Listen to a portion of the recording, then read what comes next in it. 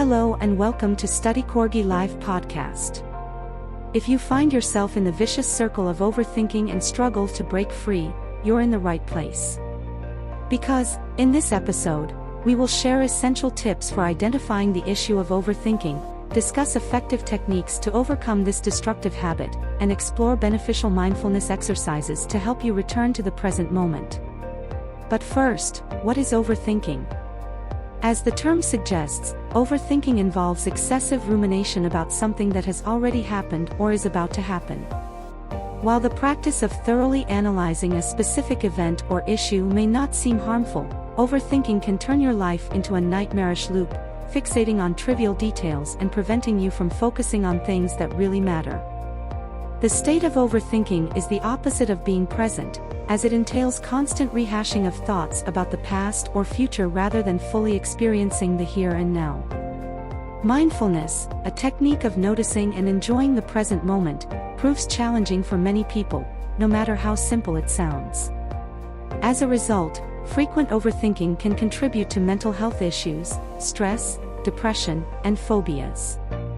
If you believe you're one of the unfortunate individuals plagued by the bad habit of overthinking, we have good news: you're not alone in facing this issue. A comprehensive 2003 study conducted by a team of researchers from the University of Michigan revealed that the problem of overthinking is alarmingly widespread, especially among young people. The researchers discovered that 73% of individuals aged 25 to 35 are prone to overthinking, in contrast to 52% of those aged 45 to 55 and 20% of individuals aged 65 to 75. The statistics are unequivocal: mastering the art of living in the present takes time, a skill that older adults seem to have perfected. The study also found that women are more prone to overthinking, and this habit leads to detrimental effects on mental health and overall well-being. Overthinking is associated with depressive reevaluations of past events, negative thoughts about the present related to those past failures, and a sense of hopelessness about future prospects. Furthermore, overthinking is often linked to anxiety, depression, alcohol abuse, and a higher likelihood of experiencing suicidal thoughts. In this way, overthinkers are more vulnerable to mental health problems and tend to experience significantly lower life satisfaction, a devastating, far-reaching impact that should be avoided at all costs. If we look deeper into the psychological mechanisms of overthinking, we'll find that things work rather simply here. The human brain seeks to enhance its control over events in a person's life, thus reducing uncertainty. It considers multiple scenarios of potential events, preparing the person for each one, even if 99% of those situations are unlikely ever to occur. The causes that trigger overthinking can stem from various life domains. Studies. Upcoming exams and assignments can lead to excessive stress, making it difficult to stop thinking about them and causing procrastination in the present. Career. Past job application failures and apprehensions about an uncertain future may cause employees to remain stuck in their current jobs, preventing them from mobilizing their resources to advance in their careers. Relationships. Previous relationship failures, recent breakups, or other issues may instill a fear of new relationships, leading to negative thoughts, depression, and feelings of loneliness. The brain's efforts turn out to be futile and exhausting for the individual, as it exerts much effort due to the person's low tolerance for uncertainty, fears, past traumas, and perfectionism. It's also worth noting that the habit of overthinking may be a hidden symptom of a mental health issue, such as generalized anxiety disorder, social anxiety, impending depression. So, how can you detect the habit of overthinking early and take action to curb it? Here are the most common alarming red flags you may notice. Fixation on a specific past or future event without the ability to switch to other thoughts. Excessive focus on your past leading to a deterioration in your mood and a sense of exhaustion. A surplus of negative thoughts. A constant state of tension that makes it difficult to relax, unwind, and fall asleep easily. Thoughts that cause anxiety and worries. Repeatedly replaying conversations and situations in your mind. picturing the worst-case scenarios when thinking about future events. No matter how innocent and insignificant this habit may seem at first glance, you should be cautious about its far-reaching and accumulating impact on your health and well-being. Overthinking can lead to problems on both a physical and psychological level. By leaving this habit unattended, you may develop the following issues. Hypertension. Overthinking is closely related to stress, which can elevate your blood pressure and create a favorable environment for the development of cardiovascular diseases. Unhealthy coping mechanisms such as smoking and binge eating significantly increase the risk of heart attack. Insomnia. Overthinkers often fall into a vicious cycle of poor sleep patterns, low morning energy, depressive thoughts resulting from a lack of refreshment. The inability to fall asleep leads to morning fatigue, making it challenging to focus on productive tasks. This often results in individuals falling back into the cycle of overthinking, further exacerbating their condition. Appetite issues.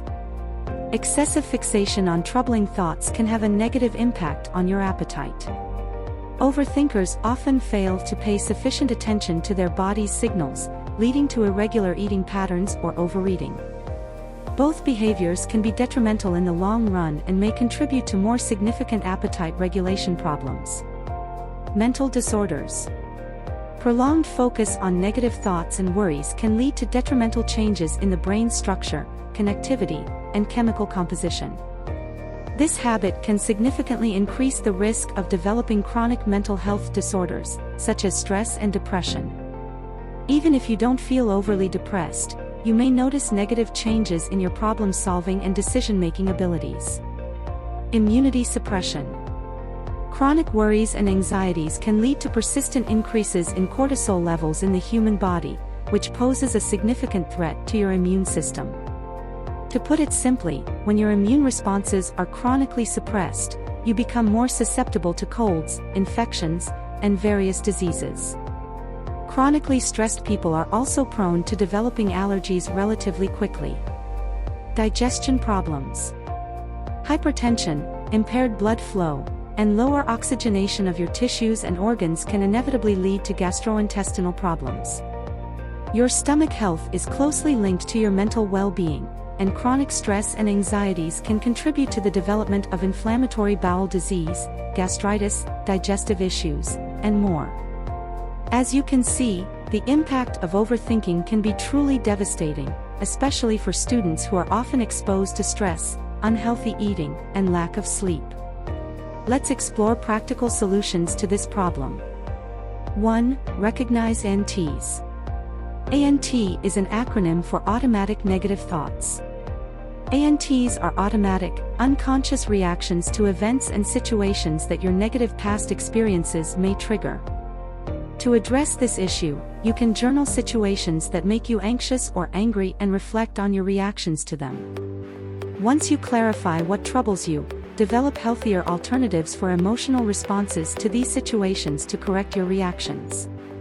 For example, if you feel bad after failing to answer a professor's question in class, journaling the issue might reveal that it's not about the material but about your shyness during public performances. A positive resolution could involve asking the professor for an individual session to review your knowledge or consciously working on your social anxiety. 2. Practice positive reframing. Our reactions to situations, as well as their long-term psychological impact on us, depend on how we frame them for ourselves. That's why overthinkers often fall into the trap of automatically framing every challenge negatively. The solution lies in the positive reframing technique, which involves acknowledging the negative aspects of a situation and then seeking an alternative, positive evaluation. By finding something positive and developing the habit of positive reframing, you can find solutions to minor problems instead of dwelling on them for a long time. Here's an example of positive reframing. Imagine you're rushing to an exam in the morning only to find out that it was rescheduled 3 hours later. Your initial negative thought might be, "Oh God, I could have slept 3 more hours." This thought may sour your mood and leave you feeling exhausted and irritated by the time the exam starts. Positive reframing in this situation could be as follows: wow, I have 3 more hours to review my lecture notes. I'll grab some coffee now and thoroughly review all materials once more. 3. Distinguish between fear and intuition. Overthinkers often struggle to differentiate between a chronic fear of making mistakes and genuine intuition warning them about a potentially bad idea. You can regain self-confidence by reconnecting with your body and learning to listen to its signals. This way, you can determine whether fear or intuition is behind your hesitation and ultimately make the right decision. Here's an example. Imagine you're on the verge of entering a joint venture with a classmate. You're about to invest all your savings, with the potential for substantial gains if it succeeds. If you find yourself indecisive in this situation, consider whether your hesitation stems from a fear of taking on new responsibilities and the possibility of failure, or if an inner voice is trying to tell you that your classmate may not be as reliable as you thought. Perhaps you noticed something in their words or attitudes that raised concerns, and now your intuition is sending you signals that you shouldn't ignore. 4. Pay attention to your feelings. At times, positive reframing alone may not be enough to break the cycle of overthinking. In reality, we often engage in overthinking to silence our negative emotions. That's why it's essential to stop, take a deep breath, and make an effort to understand those feelings and their underlying causes. The truth is that emotional awareness and the acceptance of your feelings are pathways to inner comfort, which could be your magic formula for wellness. Here's an example. Let's say you feel angry and annoyed about having to wake up at 5 a.m. on Sunday to complete a psychology assignment. You have been postponing this task until the last moment, and the issue is not with your professor or your lack of understanding, it's your irrational emotions. You can't seem to get past the first few lines of the assignment. If you take a few minutes to relax, acknowledge the bitterness of waking up early on a Sunday, and forgive yourself for the procrastination, focusing on the task and completing it in a couple of hours becomes a reality. Otherwise, you might waste your entire Sunday on futile anger and self-blame. 5. Maintain a gratitude journal. During challenging times when positivity seems scarce, it's essential to bolster your emotional resilience and cultivate positivity. You can achieve this aim by keeping a psychological practice that can teach even the most pessimistic individuals to recognize the positive aspects of their surroundings. For instance, use a nice journal, whether physical or digital, and select a place where you feel comfortable. Write down several specific things you're grateful for today. Avoid writing vague, generic phrases like, "I'm thankful for my health." Instead, focus on something highly specific, such as, "I'm grateful that I woke up early enough to hit the gym and run 5 kilometers today." 6. Pause and reflect. The most common cause of mistakes and regrets is impulsive action. Typically, people react emotionally to challenges and then endlessly ruminate on those situations, attempting to change the unchangeable. So, the best technique for getting rid of overthinking is to stop being impulsive. Once you face a challenge or problem, write it down and let it go for a couple of hours or even a day. Your emotions will settle down, and you will be able to respond to the situation much more reasonably. Here's an example. Imagine you've received an email with very negative feedback from your professor on the latest essay. Your first reaction might be to defend or clarify yourself, making you sound irrational or emotional and losing the chance for a constructive discussion with your professor. Instead, take your time to relax and calm down, reviewing the feedback again to see where you can improve and clarify your work. 7. Take action. Overthinking is mostly about tormenting yourself with thoughts and assumptions, which may never turn into any form of action. The solution to this vicious cycle of negative thoughts is to take action regarding the troubling situation.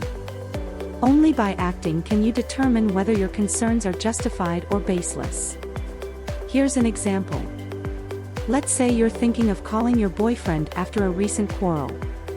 You fear he will refuse to talk to you, and you'll spend sleepless nights worrying about why everything went wrong. In this situation, the optimal decision would be to initiate a conversation and discuss the matter openly and sincerely, working through a problem together. 8. Seek solutions. Edith Eger, an Auschwitz survivor, published her book, The Gift, at the age of 90. This inspirational life story contains a brilliant idea for everyone grappling with self-defeating thoughts, distinguishing between a victim's mindset and a survivor's approach. Victims approach life with questions like, "Why me?" while survivors address life's challenges with a "What now?" question. To shift from a victim's position to a survivor's, you need to start seeking solutions instead of burying yourself under blame, fear, and pity. For example, if you've been placed on probation because of a series of low grades, instead of feeling sorry for yourself and succumbing to fears of expulsion, you can create a study plan, join college student support groups, attend all lectures, and systematically address your study gaps to regain your place in college. 9. Help others. People are social creatures, so one of the easiest ways to get out of a rut is to do something positive for others. This can boost your self-esteem and positivity by being helpful to people. For example, if you have a classmate who is struggling in a subject you excel in, you can organize a weekend study session to help them overcome their academic challenges. In doing so, you'll experience the gratification of their appreciation and enhance your overall well-being. 10. Take care of yourself. An interesting fact is that people tend to practice less self-care during periods of stress. They eat poorly, don't pay enough attention to their sleep, and neglect their appearance. That attitude can lead to a vicious cycle of diminishing self-esteem, a bad mood, and health problems, which in turn causes more stress and overthinking. A way to break free from this situation is to take better care of yourself when you're experiencing stress. By doing so, you can mitigate the impact of stress and recover more quickly. For example, many students resort to junk food during exam preparation. As a result, they experience a lack of energy, have trouble waking up in the morning, and feel fatigued and demotivated. A more effective approach for productive studying is to consume healthy superfoods to nourish the body and mind, ensure adequate sleep, and take walks outdoors to revive the body's resources. 11. Use mindfulness techniques. Practicing mindfulness is a great way to reconnect to the present moment and break free from the cycle of dwelling on the past or worrying about the future. A 2018 study conducted by Hoffman and Gomez demonstrated that mindfulness techniques can have a positive impact comparable to that of cognitive behavioral therapy, CBT. This suggests that people can use mindfulness as a self-help tool to reduce anxiety and depression, leading to tangible improvements in their overall quality of life. For instance, if you're stressed about receiving a low grade on your recent philosophy test, you might find yourself ruminating on why it happened, what you could have done differently, and how you could have approached the topic better. Instead of getting caught up in unchangeable past events, you can consciously bring back to the present moment and consider ways to assess the situation, such as talking to your professor about retaking the test, improving your preparation for the next assignment, or completing an optional task to boost your grade. Here are 3 simple yet effective techniques for improving your mindfulness and reducing the impact of overwhelming negativity. 1. Raisin meditation. This meditation technique is simple yet highly effective for enhancing your mindfulness and reducing the impact of overwhelming negativity. It can be completed in approximately 5 minutes, and daily practices will help you develop a heightened sense of mindfulness. Here's how to do it. Hold a raisin in your hand or between your fingers, and observe it as if you were seeing this object for the first time in your life. Examine the raisin slowly, noticing any details in its form, shape, and color. Press the raisin with your fingers and touch it to feel its surface, firmness, and texture. Try doing this with your eyes closed to fully engage your sense of touch. Smell the raisin several times, inhaling its scent slowly to notice how the smell evolves and unfolds in its richness. Place the raisin into your mouth and give it some time without chewing. Analyze the sensations you feel. Chew the raisin slowly a couple of times to experience the changes in the taste as you continue. Swallow the raisin once feel the urge to do that.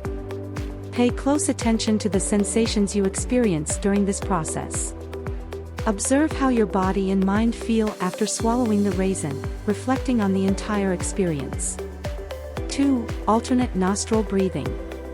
This technique is highly beneficial for those experiencing stress and seeking to relax their bodies and minds. It has been shown to improve lung function, reduce stress, and improve overall heart health. Practitioners of mindful alternate nostril breathing often report an overall improvement in their well-being. Here's how to perform this exercise. Find a comfortable seated position. Place your right hand near your nose. Close your right nostril with your thumb and inhale through your left nostril. Open your right nostril, and simultaneously close your left nostril with your other fingers. Exhale through the left nostril, then inhale through it. Open your left nostril and close your right one with your thumb. Exhale through the right nostril. Continue this pattern, alternating between nostrils for your breath cycles. One full cycle involves exhaling and inhaling through the right nostril and then the left nostril. 3. Mindful walking. Spending time in nature is always beneficial for our health, as it provides a chance to breathe in the fresh air, admire the wonders of flora and fauna, and clear our thoughts. The good news is that this therapeutic practice can be combined with meditation. When practicing mindful walking, focus on the sensations and movements of your body as you walk in natural settings. Observe any changes in your bodily processes, such as your pulse or heart rate, as well as the external surroundings and experiences you encounter. Now, it's time to wrap this episode. Thank you so much for listening. Experiment with techniques we described to stay present and savor the moments of today instead of dwelling on past failures or daydreaming about distant futures. Discover the approaches that resonate most with you, and consider sharing these tips with peers who may also struggle with this counterproductive habit. Stay tuned for new episodes of StudyCorgi Live podcast.